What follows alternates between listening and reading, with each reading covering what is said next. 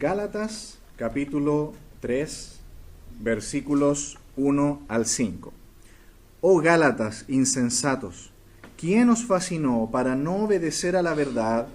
A vosotros, ante cuyos ojos Jesucristo fue ya presentado claramente entre vosotros como crucificado. Esto solo quiero saber de vosotros. ¿Recibisteis el Espíritu por las obras de la ley o por el oír con fe? ¿Tan necios sois? Habiendo comenzado por el Espíritu, ¿ahora vais a acabar por la carne?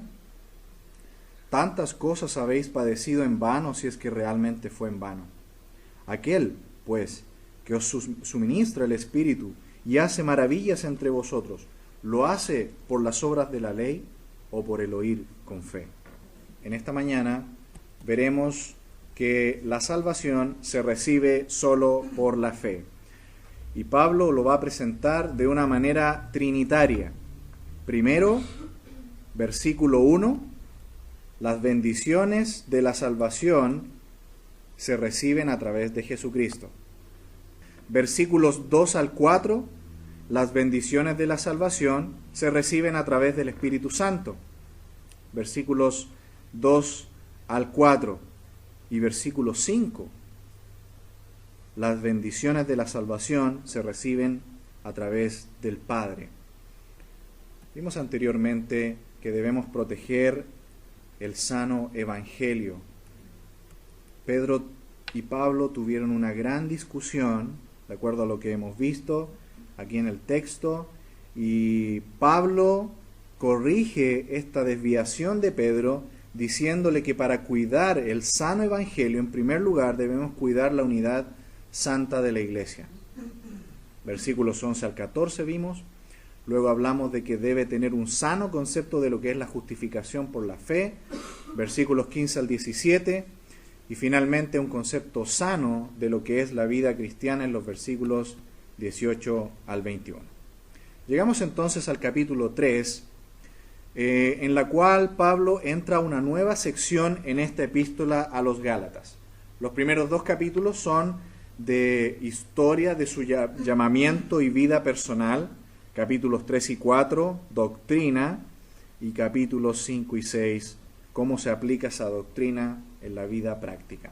Es importante que conozcamos esta epístola a los Gálatas porque nos presenta en una forma breve, concisa y clara qué es el Evangelio y cómo el poder transformador de la gracia produce en nosotros los creyentes el fruto del Espíritu. El Espíritu, el Evangelio, el amor y la verdad son libertad. Porque Pablo, cuando explica lo que es el fruto del Espíritu, él dice: estad pues firmes en la libertad con que Cristo nos hizo libres, y no estéis otra vez sujetos al yugo de esclavitud. Eso lo dice en el capítulo 5, versículo 1. Y luego de que habla del fruto del Espíritu, dice: contra estas cosas no hay ley. Versículo 23. ¿Qué significa que no hay ley contra el fruto del Espíritu? Cuando uno tiene al Señor en su corazón, estos frutos, o este fruto, amor, gozo, paz, paciencia, benignidad, bondad, fe, mansedumbre, templanza, surgen de manera natural y espontánea en el creyente. No hay una obligación que lo coaccione en su voluntad. Se produce de manera natural.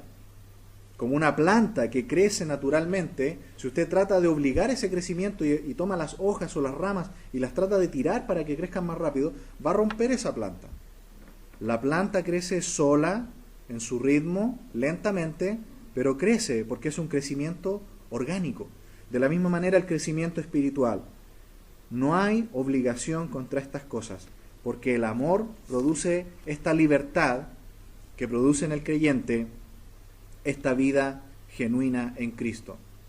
La transformación que el Espíritu hace reproduce la vida de Cristo en nosotros sin obligación. Si usted ha visto a gente religiosa que practica su religión con mucho esmero, verá que hay un gran esfuerzo de parte de ellos.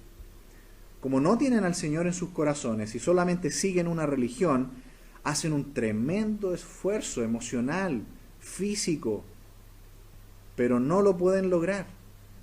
porque eso lo puede hacer solamente Dios a través de la transformación espiritual que solo puede hacer el Espíritu Santo. Así que Pablo quiere llevar a los hermanos en Galacia a la libertad, la cual los judaizantes querían cambiar en un regreso a la ley. Pablo dice, el fruto del Espíritu es mejor. Contra esto no hay ley, es decir, no hay obligación, sino que resulta de la verdad que impulsa el amor. Recuerda Pablo en 2 Corintios 5:14, el amor de Cristo es el que nos impulsa. El amor de Cristo es el que nos obliga. No entre nosotros. Es típico de las sectas y de estos grupos religiosos fanáticos en que sus líderes obligan a los seguidores. ¿Se han fijado? Y a través de sutiles coacciones mentales y espirituales mantienen a la gente asustada y obligada. El Evangelio no es así. El Evangelio invita. El Evangelio impele por una relación personal de cada uno de nosotros con Dios, de manera que cada uno sabe en amor lo que tiene que hacer. Y no nos obligamos entre nosotros a hacer cosas. Obedecer la ley sin amor y sin la gracia implica esto: temor, dolor, esfuerzo humano agotador y un yugo pesado. Por eso el Señor Jesucristo dijo, vengan a mí todos los que están trabajados y cargados, que yo os haré descansar, porque ligera, ¿cierto?, es mi carga. Mi peso es liviano, fácil de llevar. Los fariseos de su tiempo y religiosos de su tiempo habían esclavizado también al pueblo de Israel con una religión vacía, sin amor y sin gracia.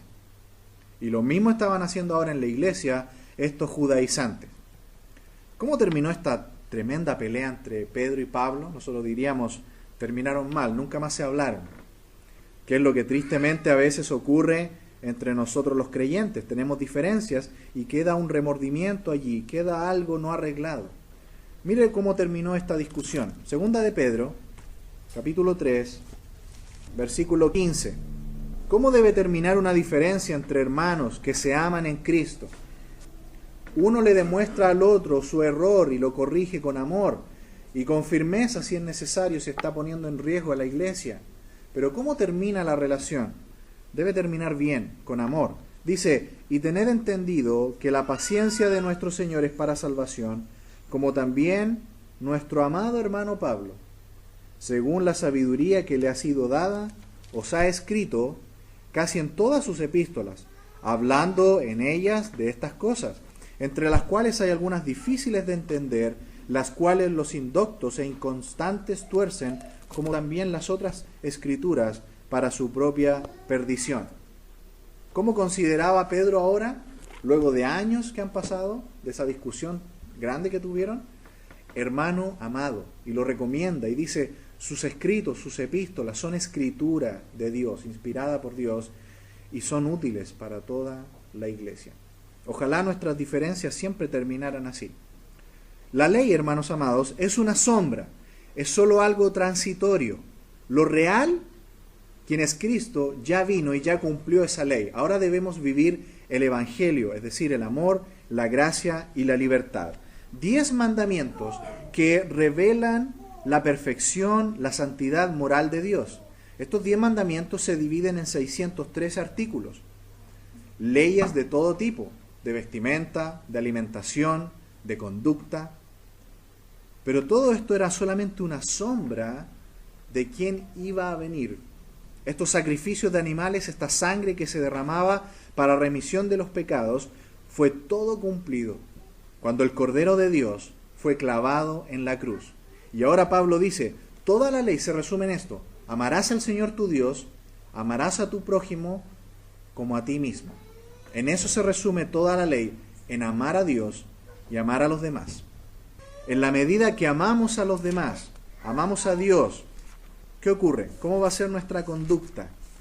En 1 Corintios 13 dice que el amor es sufrido, es benigno, no tiene envidia, no es jactancioso, no se envanece, no hace nada indebido, no busca lo suyo, no se irrita, no guarda rencor, no se goza de la injusticia, mas se goza de la verdad. Todo lo sufre, todo lo cree, todo lo espera, todo lo soporta. El amor nunca deja de ser. Si andamos en amor, nuestra conducta siempre va a ser buena, honrosa delante de Dios. ¿Se fija por eso que el resumen de la ley es el amor? Pedro y Bernabé, lamentablemente habían caído en las garras de los judaizantes. ¿Cuál era la mentira? Podemos mejorar lo que Dios ha hecho. ¿Podemos mejorar lo que Dios ya ha hecho perfecto? Imposible. Estos judaizantes creían que podían contribuir a lo que Dios ya había hecho perfecto. Hermanos amados, no podemos hacer tal cosa. Lo que Dios nos ha dado debemos entregarlo tal como Él lo ha hecho. El Evangelio puro y simple de nuestro Señor Jesucristo, que en muchas partes del Nuevo Testamento está explicado y resumido tan bien. Uno de los mejores lugares es 1 Corintios 15, donde el apóstol Pablo dice: Cristo murió por nuestros pecados conforme a las Escrituras, fue sepultado y resucitó al tercer día conforme a las Escrituras. Esa es la buena noticia. Ese es el Evangelio. Eso significa Evangelio, ¿recuerda? Las buenas noticias. El Evangelio, la palabra Evangelio también significa la historia de Dios, en la forma inglesa. Es una buena noticia. Dios lo ha hecho todo, no debemos agregarle nada. Cualquier evangelio al cual se le agregue algo es anatema, es maldecido por Dios. Anatema significa algo que merece la destrucción, algo sobre lo cual está la ira de Dios. Hay muchos evangelios falsos por ahí. Hay muchos Jesús falsos por ahí también. Están bajo la maldición de Dios. Solamente el evangelio puro y simple de nuestro Señor Jesucristo, que aquí Pablo nos está explicando lentamente y en detalle, nos puede mostrar realmente cómo es y cómo debemos comunicarlo. Por eso es que Dios nos llama en la predicación, por ejemplo, hay una palabra latina antigua, la palabra homilía, una predicación, un mensaje. Homilía significa decir lo mismo. Es decir, un predicador, o usted o yo, cuando predicamos el Evangelio, ¿qué debemos decir? ¿Lo que yo pienso de lo que dice la Biblia? No, debemos decir lo mismo que dice la Biblia. Que Cristo vino a este mundo, fue santo, perfecto, Dios encarnado, murió en la cruz, resucitó al tercer día, y ahora todo aquel que venga a Él por fe puede recibir gratuitamente la salvación. Cuando estudiamos la palabra de Dios y hacemos un estudio profundo, hacemos una exégesis bíblica. La palabra exégesis aparece en la Biblia. En Juan 1:14, cuando se nos dice que Jesús es la manifestación del Padre. Exegesato, dice allí. Ahí está la palabra exégesis. Es decir, Jesús nos presenta todo lo que es Dios. Y cuando nosotros hacemos una exégesis bíblica de un pasaje, lo que hacemos no es meter mis opiniones al texto. Lo que hacemos es sacar lo que dice el texto. Estos judaizantes saben que deben desprestigiar la persona y el llamado de Pablo si quieren mantener su control y estatus sobre las iglesias en Galacia. Por esto Pablo dedica los 2 primeros capítulos que ya vimos a defender su persona y su llamado. Él dice: el evangelio que yo predico lo recibí de Cristo y no de hombre alguno. No lo recibí de segunda mano, lo recibí de la fuente primaria, que es Cristo mismo, por revelación de Cristo, tal como los profetas del Antiguo Testamento recibían la visión de Dios y las profecías de Dios. Entonces entramos en la segunda sección de la epístola, esta sección doctrinal. Así es el estilo de Pablo siempre. ¿Recuerda Romanos? 11 capítulos de doctrina y el resto de práctica. Efesios, 3 capítulos de doctrina profunda. Y luego, ¿cómo se aplica esa doctrina a la vida práctica? Aquí es lo mismo. 2 capítulos donde presenta su evangelio, su persona, se defiende de los judaizantes. Capítulos 3 y 4, doctrina. Capítulos 5 y 6 son prácticos de cómo la doctrina se aplica a la vida. Entonces, en primer lugar, versículo 1, las bendiciones de la salvación a través de Jesús. Oh Gálatas insensatos. Pablo escribe aquí, sin duda, una de sus epístolas más duras. Uno esperaría que un pastor nos hablara como habla Pablo a los filipenses, ¿recuerda? Con tanta ternura, con tanto gozo, con tanto cariño. Pero Pablo en Gálatas es durísimo. Les dice insensatos. Ahora, yo creo que muchos de nosotros inmediatamente pensamos en el Sermón del Monte, en Mateo 5, versículo 22, cuando Jesús dice, ningún hermano llame a su hermano fatuo, ¿recuerda? No le diga tonto, no le diga necio, sino queda expuesto al lago de fuego. Mire por favor conmigo en Mateo 5, porque hay que diferenciar lo que Pablo está haciendo aquí. En el Salmo 14, por ejemplo, el salmista le dice a aquella persona que se niega a reconocer la existencia de Dios, le dice el necio en su corazón, no hay Dios. ¿Qué es lo que dice el Señor entonces en el Sermón del Monte? Pero yo os digo que cualquiera que se enoje contra su hermano será culpable de juicio, y cualquiera que le diga necio a su hermano será culpable ante el concilio, y cualquiera que le diga fatuo quedará expuesto al infierno de fuego. El Señor prohíbe aquí, cuando nosotros le decimos tonto, necio a nuestro prójimo en señal de burla injusta, sintiéndonos nosotros superiores a él. Aquí lo que está haciendo Pablo es un reproche hacia una actitud de descuido de los creyentes que estaban teniendo un inadecuado e inferior sentido de amor y de fidelidad al Señor y al Evangelio que habían recibido. Mire lo que le dice el Señor también a otros en Lucas 24. Acompáñeme a Lucas 24, versículo 25.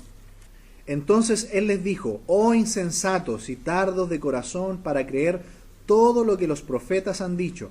¿No era necesario que el Cristo padeciera estas cosas y que entrara en su gloria? Y comenzando desde Moisés y siguiendo por todos los profetas, les declaraba en todas las Escrituras lo que de él decían. ¿Se fija que es diferente?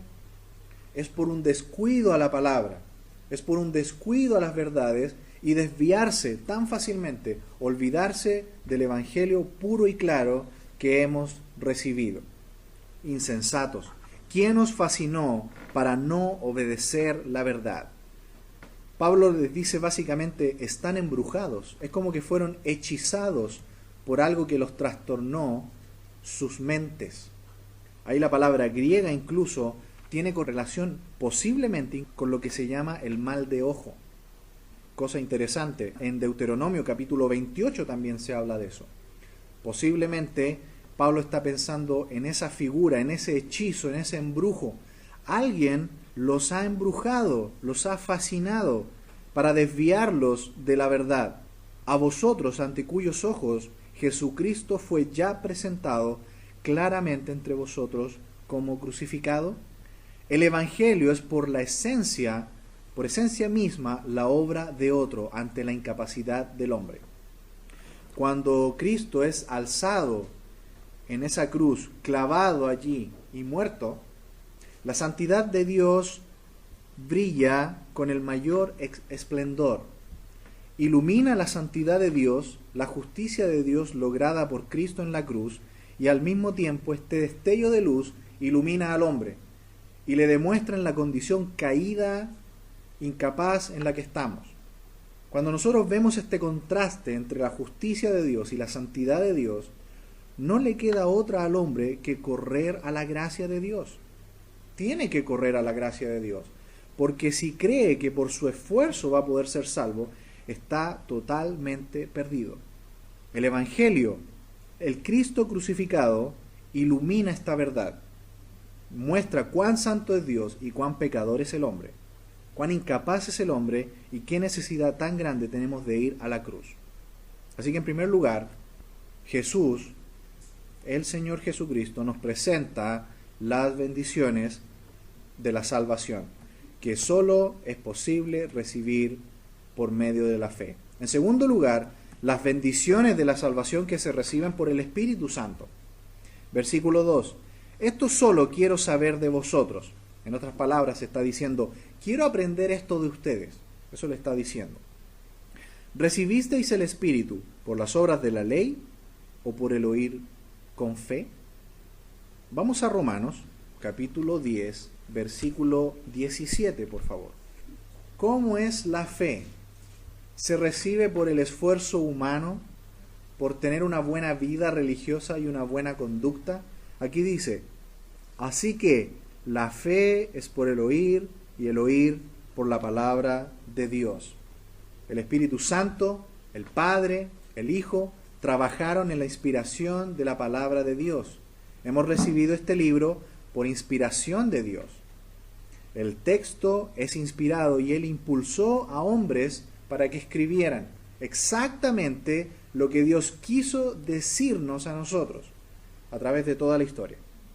Este es el libro que tenemos, la infalible palabra de Dios, inspirada, que sale de la misma boca de Dios. No se recibe por conducta humana buena, irreprochable. Solamente se recibe por el oír con fe. ¿Qué fue lo que nos guió a Cristo? La predicación de la palabra de Dios. Nada más. Solamente la palabra puede producir convicción de pecado, redarguirnos de pecado, mostrarnos cuán lejos estamos del Señor y cuánto necesitamos ir a Él. Así es como fuimos salvos. No hay otra manera. Versículo 3. ¿Tan necios sois, habiendo comenzado por el Espíritu, ahora vais a acabar por la carne? Otra vez les dice necios. Pablo está disparando palabras. Recuerda cuando leímos Romanos capítulo 16, donde se nos dice que un hombre llamado Tercio, una especie de secretario de amanuense de la época, recibió el dictado de Pablo para escribir la carta a los romanos. Es decir, Pablo no la escribió de puño y letra, sino que la estuvo dictando. En este caso, se nota, los que conocen profundamente el griego del Nuevo Testamento, denotan que es Pablo el que escribe. Porque Pablo está como disparando palabras, con frases muy largas que no terminan nunca, una tras otra. Hay una constante quiebre en la gramática, en la sintaxis. Es como que estuviera desesperado escribiendo, con un impulso entre enojo y también amor por sus hermanos que los ve en esta situación. En el capítulo 6 de Gálatas les dice, versículo 11, mirad con cuán grandes letras os escribo de mi propia mano. Pablo estaba muy preocupado por sus hermanos que se habían desviado, y por esa razón es que con este ímpetu les habla. Habiendo comenzado por el Espíritu, ¿ahora vais a acabar por la carne? Versículo 3. Aquí hay una figura muy interesante, porque primero usa un verbo en aoristo y luego un verbo en presente. ¿Qué es lo que está queriendo decir? Habiendo comenzado por el Espíritu, en un momento en el pasado, ahora vais a acabar por la carne, en presente. Lo que les quiere decir entonces es que si en el pasado ustedes comenzaron a hacer algo mal, ahora en el presente aún hay esperanza para remediarlo. No está perdido esto. ¿Se desviaron en un punto en el pasado? Ahora es el momento de corregirlo. El Evangelio, la salvación, se recibe solo y solamente por la fe. Las obras humanas no tienen ningún lugar en la salvación. Versículo 4. ¿Tantas cosas habéis padecido en vano? Si es que realmente fue en vano los padecimientos. Acompáñeme por favor a Hechos capítulo 14, verso 22. Aquí en Hechos 14, 22, Pablo está con Bernabé en el sur de Galacia, donde están las iglesias que él fundó. Han pasado algunos años y ahora les está escribiendo esta epístola. ¿Qué les dice aquí en ese tiempo? Estamos pensando varios años atrás. Confirmando los ánimos de los discípulos, exhortándoles a que permaneciesen fieles en la fe y diciéndoles, es necesario que a través de muchas tribulaciones entremos en el reino de Dios. La iglesia en Galacia había sufrido persecución, tribulación, problemas muy serios. En medio de ese dolor, problemas y persecución, Dios puede aún mostrar su gracia y su misericordia. Nunca es en vano. Recuerda, por favor, si me acompaña también a Filipenses, capítulo 1. Filipenses, capítulo 1, versículo 29. Porque a vosotros os es concedido a causa de Cristo, no solo que creáis en Él, sino que también padezcáis por él. Primera de Pedro 4, también, versículo 12. Amados, no os sorprendáis del fuego de prueba que os ha sobrevenido, como si alguna cosa extraña os aconteciese, sino gozaos por cuanto sois participantes de los padecimientos de Cristo, para que también en la revelación de su gloria os gocéis con gran alegría. El sufrimiento, los padecimientos, son parte de la vida cristiana. Por lo tanto, nunca es en vano estos padecimientos. Y el verdadero evangelio, la verdadera vida cristiana, contiene estos padecimientos, contiene estas pruebas que a lo mejor nos parecen imposibles, pero dice el apóstol Pedro, son parte de los padecimientos de Cristo en nuestra propia vida. Una de las bendiciones, aparentemente es como una contradicción, pero es una de las bendiciones de la salvación en la obra del Espíritu Santo, que Él nos da la fuerza para salir adelante en medio de estos complicados situaciones. Nunca es en vano. Siempre va a redundar para la gloria de Dios. A lo mejor no para nosotros. Quizás otra persona también puede ser bendecido por eso. De ver cómo con la ayuda de Dios somos capaces de salir adelante con su ayuda. Finalmente, versículo 5, las bendiciones de la salvación a través del Padre. Solamente por fe hemos recibido esta salvación, no por las obras de la ley, sino por la fe, por el oír con fe. No podemos comenzar algo que inició, ¿cierto?, en forma espiritual, no hallará su culminación o máxima realización en la carne. Es absurdo, ¿cierto? Nuestra salvación inicia como algo espiritual, nuestro nuevo nacimiento espiritual, la transformación de nuestra vida. No puede ser que este nuevo nacimiento vaya a tener su punto máximo, su culminación, su realización con cosas carnales. Los judaizantes decían, sí, hay que hacer esto, hay que hacer esto. No, ya estamos listos. Al ser adoptados en la familia de Dios, Dios en el Espíritu Santo ya nos ha capacitado con todos los medios, con todos los dones y capacidades para tener una vida victoriosa. Nos ha dado su palabra, nos ha dado la iglesia local, la comunión de los hermanos. Todo lo tenemos para poder tener una vida victoriosa y de gozo. Así que nos salvamos por gracia y también nos santificamos por gracia. Los judaizantes dicen, sí, salvos por gracia, pero te santificas por obras. No. Salvación por gracia, santificación por gracia también. Todo es por gracia. Lo que la ley no puede hacer en nuestras vidas, lo puede hacer la gracia. Versículo 5, aquel pues suministra el Espíritu y hace maravillas entre vosotros.